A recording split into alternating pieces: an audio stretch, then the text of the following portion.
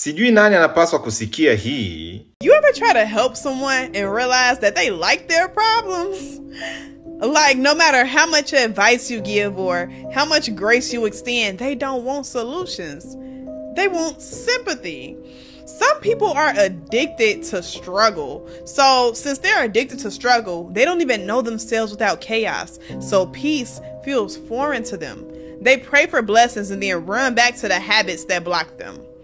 They ask for better friends and then sabotage the ones who love them correctly. Now, you hold them accountable, all of a sudden, you judgmental. Now they call you judgmental, not because you're wrong, but because growth requires work that they're not willing to do. You can't save people who are offended by accountability. That is not your assignment. Sometimes love looks like stepping back and letting God deal with them. If they love their problems, no amount of advice, prayer, or presence can fix what their mindset keeps breaking.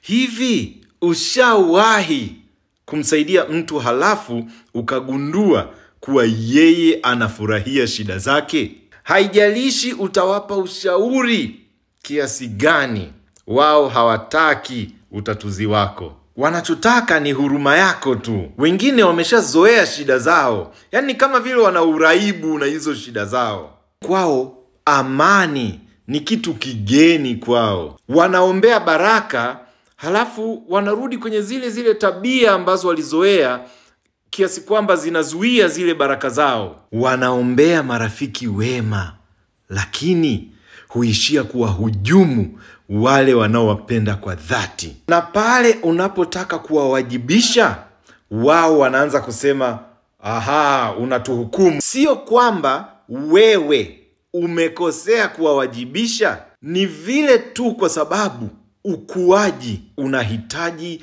kazi ambayo wao hawako tayari kuifanya. Hauwezi kuwasaidia watu ambao wanachukizwa na kuwajibishwa. Hiyo sio kazi yako wewe. Wakati mwingine, upendo mzuri ni ule ambao unarudi nyuma. Unaacha Mungu ashughulike nao. Ndio maana Waswahili wana msemo wao unaosema, asiyefunzwa na mamaye hufunzwa na ulimwengu. Hakuna ushauri, maombi au ukaribu wako utakaowawezesha kurekebisha kile wanachoharibu kwa mitazamo yao.